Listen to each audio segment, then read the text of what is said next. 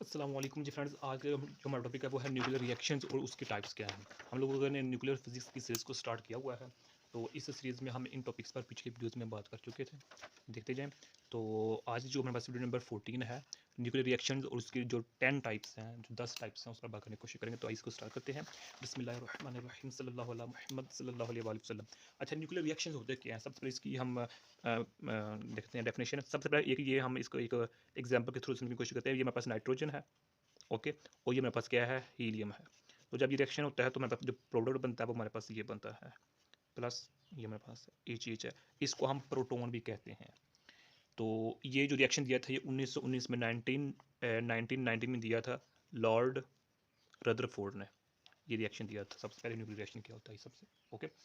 तो अब जो न्यूक्लियर रिएक्शन है ये मेरे पास रिएक्शन मुकम्मल हो चुका है। इसमें क्या होगा कि इन दोनों की या तो आइडेंटिटी चेंज हो जाएगी, या फिर क्या होगा, आइडेंटिटी अगर चेंज नहीं होगी कि या फिर इनकी क्या होगी, कुछ प्रॉपर्टीज कुछ करैक्टरिस्टिक्स जो होंगी वो चेंज हो जाएंगी। ये होगा न्यूक्लियर रिएक्शन में। क्या होता है कि जब रिएक्टेंट आपस में रिएक्ट करते हैं, प्रोडक्ट बनता है, तो प्रोडक्ट्स जो बन रही होती हैं उन प्रोडक्ट्स की या तो आइडेंटिटी चेंज हो जाती है, या आइडेंटिटी अगर चेंज नहीं होती तो उनकी कुछ प्रॉपर्टीज चेंज हो जाती है। ये किसने कहा था? लॉर्ड रदरफोर्ड ने 1919 में 1919 में ये कहा था, ओके। कि जब हम किसी मटेरियल पर हीलियम की, नाइट्रोजन की, या किसी भी एलिमेंट को बॉम्बार्ड करवाते हैं तो वो हमारे पास प्रोडक्ट बनता है, उसकी आइडेंटिटी चेंज होगी या फिर उसकी कुछ ना कुछ प्रॉपर्टीज चेंज हो जाती है। तो हम ये कह सकते हैं कि सच ए कोलिजन इन विच आइडेंटिटी या फिर some properties of products is change is called nuclear reaction. अब जो ये न्यूक्लियर रिएक्शन है, इस न्यूक्लियर रिएक्शन को मैं इस तरह भी लिख सकता हूँ, इस, ओके। ये मेरे पास ये है, इस तरह भी लिख सकता हूँ, ओके। ये इस तरह भी लिख सकते हैं, इस तरह भी। ये नाइट्रोजन है, ये ऑक्सीजन है, ये रिएक्टेंट है, ये प्रोडक्ट है। ये अल्फा है कि यानी कि हमने अल्फा की बम्बार्डमेंट करवाई है, और ये मेरे पास पी के प्रोटोन है, इसको शो कर रहा है। इस तरह भी इसको शो कर सकते हैं, या फिर इसको हम अल्फा बीटा की फॉर्म में भी इसको हम शो कर सकते हैं। अब इसमें यहाँ रखिएगा कि मेरे पास हैवी एलिमेंट है, ये मेरे पास हैवी एलिमेंट नहीं है। अच्छा, ये तो हमने न्यूक्लियर रिएक्शन का देख लिया। अब जब 1919 में दिया था तो फिर नील बोहर ने 1936 में आकर इसमें दो बातें नहीं कही थी। उसने ये कहा था कि जो रिएक्टेंट्स आपस में रिएक्ट करके प्रोडक्ट्स बनाते हैं, ये डायरेक्ट प्रोडक्ट नहीं बनता, बल्कि यहाँ एक स्टेप होता है, यहाँ एक स्टेप होता है। उस मिसाल के तौर पर स्टेप क्या होता है कि ये नाइट्रोजन है प्लस हीलियम है, तो जब ये कन्वर्ट होंगे तो प्रोडक्ट ये बनता है ना हमारे पास, ओके। ये प्रोटोन है, यानी कि ये वाला, ये जो मान है। तो ये डायरेक्ट बल्कि इसमें ये होता है, यानी कि हमारे पास फ्लोरीन हो जाता है, ओके। और ये अनस्टेबल होता है, इसकी जो वैल्यू एनर्जी होती है वो ज़्यादा होती है, और इसकी जो ठहरने की वक़्त है वो मेरे पास ऑलमोस्ट -14 से लेकर -18 सेकंड तक होती है। कि ये इसका जो वक्फा होता है कि जब ये रिएक्शन आपस में मिलकर प्रोडक्ट्स बना रहे होते हैं, प्रोडक्ट बनाने से पहले ये मेरे पास स्टेप आता है जो जिसका सेकंड, इतने सेकंड ये रहता है, और ये अनस्टेबल तो इसकी वैल्यू ज़्यादा होती है। इस तरह ये इशू करते हैं, फिर प्रोडक्ट्स बनते हैं। खैर, अब हम आते हैं जो टाइप्स ऑफ न्यूक्लियर रिएक्शंस हैं।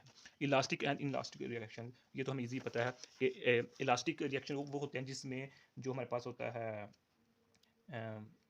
एनर्जी और मैस सेम रहे, यानी कि प्रोटॉन और न्यूट्रॉन सेम रहें और इसके साथ साथ एनर्जी भी सेम रहे, तो उसको हम इलास्टिक रिएक्शन नाम देते हैं। मिसाल के तौर पर हमारे पास हीलियम है, तो जब ये इसका हम इसके साथ गोल्ड के साथ जो हमारे पास रिएक्शन करवाते हैं, 1797 है, तो हमारे पास क्या होता है, सिर्फ पोजीशन चेंज होती है। इसमें क्या होती है, इसमें पोजीशन चेंज होती है, एनर्जी सेम की सेम ही रहती है। ये मेरे पास इलास्टिक रिएक्शन की एग्जाम्पल। इसमें जो न्यूट्रॉन्स होते हैं, प्रोटॉन्स होते हैं, वो भी सेम रहते हैं, और इसमें एनर्जी भी सेम रहती है। अब अगर हम बात करें कि जो हमारे पास है इन इलास्टिक रिएक्शन, तो इसमें क्या होगा, ये हम कहते हैं लिथियम है, ओके। तो लिथियम क्या हो चुका है, ये देख, प्लस ये हमारे पास कि ये अनस्टेबल है। ये क्या है, अनस्टेबल है, तो अपने आप को स्टेबल करने के लिए एनर्जी को रिमूव कर देता है, खाली कर एग्जिस्ट कर देता है, और ये स्टेबल हो जाता है। जो ये स्टार है इसको शो करता है अनस्टेबल को, यानी कि इसमें पोजीशन भी चेंज होती है, और इसमें पोजीशन के साथ साथ क्या होती है, चेंज होती है, एनर्जी भी चेंज होती है, और इसमें एनर्जी कंजर्व नहीं रहती। तो ये मेरे पास इनलास्टिक स्कैटरिंग है। अब हम बात करते हैं रेडियो एक्टिव जो है मेरे पास रिएक्शन है।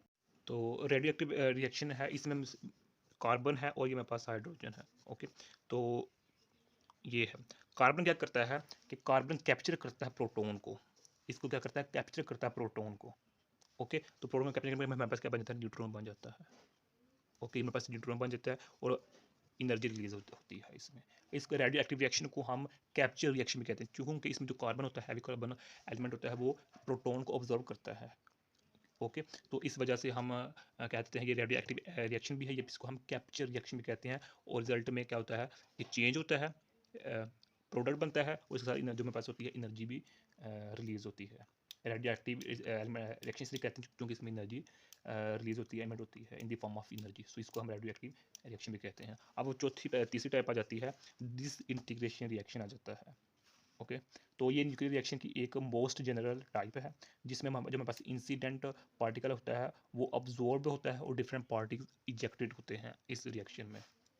तो अब इसकी काफ़ी एग्जाम्पल है। पहले एग्जाम्पल हम इसके लेते हैं, ये बेरियम है, ओके 4 9+, ये मेरे पास हमने प्रोटॉन लिया हुआ है, तो एज अ रिजल्ट हमें क्या मिलेगा, लिथियम मिलेगा, ओके प्लस हीलियम। यानी कि देखें क्या हुआ है कि रिएक्टेंट में जो पार्टिकल था वो डिफरेंट थे और आउटपुट में पार्टिकल डिफरेंट हैं। ओके इस रिएक्शन को हम इस तरह भी लिख सकते हैं, Be4 9 प्रोटॉन अल्फ़ा और लिथियम 6, इस तरह भी इसको हम लिख सकते हैं। या फिर इसको हम इस तरह भी लिख सकते हैं, इस रिएक्शन को प्रोटॉन पी और अल्फ़ा मेरे पास क्या है। ओके तो ये 3 मेथड है एक रिएक्शन को लिखने के लिए, जैसे मैंने पहले बताया। अब इसकी सेकंड टाइप लेते हैं कि ये मेरे पास कार्बन है और ये हमने ड्यूटेरियम लिया हुआ है। ओके तो हमें क्या बने मिलेगा, रिजल्टेंट में ये मिलेगा। ओके तो अब यहाँ देखें, इस रिएक्शन को हम इस तरह भी लिख सकते हैं, कार्बन 12 ड्यूटेरियम प्रोटॉन, ये 13। प्रोटॉन किसको शो करता है जी, इसको शो कर रहा होता है, इसको, ये डी किसको शो कर रहा है, इसको शो कर रहा है। खैर अब इसकी थर्ड एग्जाम्पल लेते हैं, ये मेरे पास न्यूट्रॉन है, ओके प्लस अब हमने हीलियम ले लिया हुआ है, तो प्रोडक्ट क्या बनेगा, हमारे पास ऑक्सीजन बनेगा और हमारे पास प्रोटॉन बनेगा। इस रिएक्शन को हम इस तरह भी लिख सकते हैं, अल्फ़ा यानी कि अल्फ़ा इसको शो कर रहा है और ये प्रोटॉन इसको शो कर रहा है और ये ऑक्सीजन वैसे का वैसे लिखा जाएगा। ये है 3 एग्जाम्पल हमने इसके ले ली हुई हैं।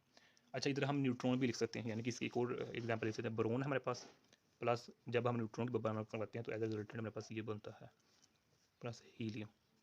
ओके इस रिएक्शन को मैं इस तरह भी लिख सकता हूँ, 10 अल्फ़ा और ये लिथियम है हमारे पास।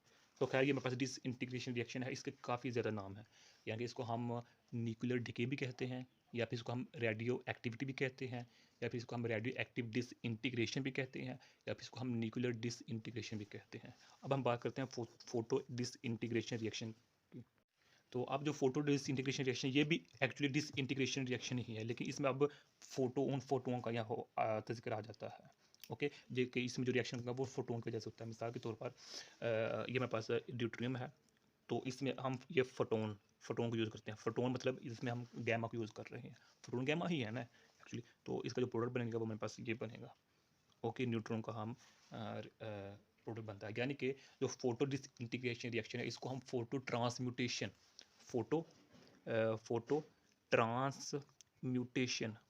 फोटो ट्रांसम्यूटेशन रिएक्शन का भी नाम देते हैं। तो इसमें क्या करते हैं कि इसमें हम हाई एनर्जी जो इलेक्ट्रोमैग्नेटिक रेडिएशन होती है, जिसको हम फोटोन या गैमा रे फोटोन कहते हैं, ये हम यूज़ करते हैं। ये वजह बनती है कि न्यूक्लियस जो होता है वो चेंज होता है, कोई एक सब एटॉमिक पार्टिकल्स को रिमूव करके ये इसमें चेंज हो जाता है। तो इस रिएक्शन को हम कहते हैं फोटो डिसइंटीग्रेशन रिएक्शन या फिर फोटो ट्रांसम्यूटेशन रिएक्शन। और जो मेरे पास इधर ये सब एटॉमिक पार्टिकल होता है, न्यूट्रॉन भी हो सकता है, इधर प्रोटॉन भी हो सकता है और इधर अल्फा पार्टिकल भी हो सकता है। तो अब अगर इसके हम एक और एग्जांपल मिसाल के तौर पर हमारे पास ये पोटाशियम है, तो 36 है, ये 83 है। तो जब इसमें हम हाई एनर्जी देंगे इसको करने के तौर पर, तो हमारे पास क्या बनेगा जी, हमारे पास बनेगा ये बनेगा क्रिप्टोन। अब 83 है और ये मेरे पास एनर्जी रिलीज़ हो चुकी है। ओके अब ये मैंने स्पेस क्यों छोड़ी है, क्योंकि जो 1933 में 36 में नील बोहर ने कहा था कि एक इसमें ये स्टेप भी ऐड होता है, तो वो स्टेप में लिख सकते हैं। ओके ये मेरे पास है, तो ये हाई एनर्जी है और ये अनस्टेबल है, तो ये इसकी सेकंड ये एग्जांपल है। अच्छा यहाँ एक शर्त है, वो शर्त ये है कि जो हम ये एनर्जी यूज़ कर रहे हैं, ये वाली जो फोटोन यूज़ कर रहे हैं, इसकी एनर्जी इसकी बाइंडिंग एनर्जी से ज़्यादा होनी चाहिए और इसकी एनर्जी इसकी बाइंडिंग एनर्जी से ज़्यादा होनी चाहिए, तब ये मेरे पास रिएक्शन होगा, अदरवाइज ये रिएक्शन नहीं होगा। तो अब हम आते हैं नेक्स्ट मेरे पास स्ट्रिपिंग रिएक्शन। स्ट्रिपिंग रिएक्शन की हम एग्जाम्पल लेते हैं, ये मेरे पास Cu है, 29 है ये मेरे पास, और 63 है प्लस ड्यूटेरियम है। अब इसका जो हमारे पास होगा, ये मेरे पास ये देखिए 63 अभी 64 हो चुका है ये मेरे पास, तो ये मेरे प्रोटॉन है। ओके अच्छा अब इसमें क्या होता है कि एक जो हैवी एलिमेंट है ये कुछ पार्ट को स्नैप कर लेता है, स्नैच कर लेता है, खींच लेता है, यानी कि ये भी अपना ज़ालिम हुक्मरान होता है इसमें एक तरह का, जिस तरह पाकिस्तान में अनफॉर्चुनेटली है। तो स्ट्रिपिंग रिएक्शन को हम पिक अप रिएक्शन भी कहते हैं, कहते हैं पिक अप रिएक्शन भी कहते हैं, कि इसमें जो हैवी एलिमेंट है जिसका रॉ होता है, ये इसको में से कुछ अपना पार्ट गेन कर लेता है, खींच लेता है, तो ये प्रोडक्ट हमारे पास बन जाता है। अब स्ट्रिपिंग रिएक्शन में और जो नॉर्मल रिएक्शन, जो पीछे हम रिएक्शन स्टडी कर चुके हैं, इन दोनों में डिफरेंस क्या है? वो डिफरेंस ये है कि जो कहा था ना 1936 में नील बोहर ने, कि इधर अनस्टेबल जो हमारे पास स्टेप ये भी होता है, लेकिन वो इस स्ट्रिपिंग रिएक्शन में नहीं होता। यानी कि इन अदर वर्ड्स, चले हमने इधर एग्जांपल ली थी ना, ये वाली इसी को हम इधर लेते हैं। ये एग्जांपल हम इधर लिखते हैं कि हमारे पास क्या है, नाइट्रोजन है, ओके, प्लस हीलियम है। नॉर्मल रिएक्शन में क्या होता था कि इधर हमारे पास ये हमारे पास फ्लोरीन ये बनता था, ओके, तो ऊपर ये अनस्टेबल होता था, और फिर हमारे पास प्रोडक्ट इस तरह बनता था, ये वाला प्रोडक्ट बनता था, ओके। अब ये जो मेरे पास ये स्टेप होगा ना, ये वाला स्टेप इधर नहीं होगा स्ट्रिपिंग रिएक्शन में। ये बेसिकली डिफरेंस है इन दोनों में। अब छठी टाइप आ जाती है फ्यूजन रिएक्शन, कि इसमें दो या दो से ज़्यादा प्रोडक्ट्स बनते हैं। मिसाल के तौर पर ये मेरे पास क्या है, यूरेनियम है 92 है, और 235 है। तो इसमें नाइट्रोजन बॉम्ब करवाते हैं, तो मेरे पास क्या बनता है, बेरियम बनता है, ओके। और इसके साथ मेरे पास क्रिप्टोन बनता है, ओके। और मेरे पास ये फास्ट पीस वाला न्यूट्रॉन होता है हमारे पास, और कुछ एनर्जी रिलीज होती है। तो ये मेरे पास क्या है, फ्यूजन रिएक्शन है, जिसमें दो या दो से ज़्यादा जो मेरे पास होते हैं प्रोडक्ट्स बनते हैं। और हम बात करें स्पेलिशन रिएक्शन क्या होता है, इसमें जो प्रोडक्ट्स इधर बनेंगे वो 20 या 25 या 30 जो मेरे पास होंगे ना प्रोडक्ट्स बनते हैं, ओके। तो अब इन दोनों में फ़र्क क्या है कि ये जो फ्यूजन रिएक्शन है, ये लो जब एनर्जी देंगे तब होगा, और अगर हम ज़्यादा हाई एनर्जी देंगे तो हमारे पास स्पेशल रिएक्शन होगा। अब हम बात करते हैं फ्यूजन रिएक्शन की। फ्यूजन रिएक्शन में क्या होता है कि ये ऐसा न्यूक्लियर रिएक्शन है जिसमें दो या दो से ज़्यादा एटॉमिक न्यूक्लियाई आपस में कंबाइन होते हैं, तो प्रोडक्ट क्या बनाते हैं, वन या वन से ज़्यादा जो डिफरेंट एटॉमिक न्यूक्लियाई होते हैं, या फिर हम कहते हैं सब एटॉमिक पार्टिकल्स होते हैं, वो एज अ प्रोडक्ट बनते हैं हमारे पास इधर। तो अब इसके अगर मैं सिंपलेस्ट जो एग्जांपल है वो लूँ, तो वो हमारे पास ये है, प्रोटोन है, ये और प्रोटोन है। तो ये मेरे पास क्या बन, यानी कि इसका अगर मैं रिएक्शन की बात करूँ, तो ये मेरे पास एल्यूमिनियम है 13 है, 27 है, और ये मेरे पास कार्बन है। तो ये मेरे पास है पोटाशियम है 38 है, और मेरे पास न्यूट्रॉन भी बनता है रिजल्ट के तौर पर। अब अगर हम बात करें कि इस रिएक्शन में और लास्ट वाली जो रिएक्शन करते हैं, दोनों में डिफरेंस क्या है, डिफरेंस ये है कि ये भी हैवी एलिमेंट है और ये भी हैवी एलिमेंट है। अगर हम ऊपर बात करें, ये देखिए हैवी एलिमेंट है, ये लोअर एलिमेंट है, हैवी है, ये न्यूट्रॉन है हमारे पास है। तो इसी तरह ये देखें, हैवी है, लोअर है, हैवी लोअर है, लेकिन इसमें दोनों जो एलिमेंट्स होते हैं वो दोनों क्या होते हैं, हैवी होते हैं। अब लास्ट पे आ जाता है ट्रांसम्यूटेशन रिएक्शन आ जाता है। तो ट्रांसम्यूटेशन रिएक्शन कह लिया, न्यूक्लियर ट्रांसम्यूटेशन रिएक्शन एक ऐसा प्रोसेस है जिसमें जो एटम का न्यूक्लियस होता है वो चेंज हो जाता है। यानी कि जब हम किसी एटम के न्यूक्लियस में प्रोटॉन की नंबरिंग को चेंज करते हैं, तो उस एटम की आइडेंटिटी चेंज होकर किसी दूसरे एलिमेंट या किसी दूसरे आइसोटोप में चेंज हो जाती है। ये तो जो ट्रांसम्यूटेशन रिएक्शन है, ये नेचुरल भी हो सकता है, और ये मेरे पास क्या हो सकता है, आर्टिफिशियल भी ये हो सकता है। अब अगर इसके हम एग्जांपल लें, हमारे पास क्या है, बोरोन है, ये 511 प्लस, ये मेरे पास प्रोटॉन है। तो अब जो इसका जो प्रोडक्ट बनेगा वो हमारे पास क्या बनेगा, बेरिलियम बनेगा 48 है, और हमारे पास हीलियम बनेगा, इनका अल्फा पार्टिकल बनेगा। और ये अनस्टेबल जो पार्टिकल है इसमें, वो हमारे पास क्या होता है, कार्बन, ओके, हमारा। और ये हमारे पास अनस्टेबल होता है, इसकी एनर्जी ज़्यादा होती है according to Niels Bohr, okay. अगर इसका हम एक और एग्जाम्पल लें, वो हमारे पास क्या है, ऑक्सीजन है 16 है, प्लस ड्यूट्रियन है, तो हमारे पास नाइट्रोजन बनेगा प्रोडक्ट के तौर पर, और हमारे पास हीलियम बनेगा, ओके। ये मेरे पास क्या ट्रांसमिशन बाय न्यूट्रॉन है, और ये ट्रांसमिशन बाय प्रोटॉन है हमारे पास। तो यही आज का हमारा नया टॉपिक था। जज़ाकल्लाह खैर। अभी अभी आप लोगों ने अभी तक हमारा चैनल पाक एमएन अकेडमी इसको सब्सक्राइब नहीं किया तो प्लीज़ सब्सक्राइब कर दें। जज़ाकल्लाह खैर। दुआ में याद रखिएगा। अस्सलामु अलैकुम व रहमतुल्लाहि व बरकातहू।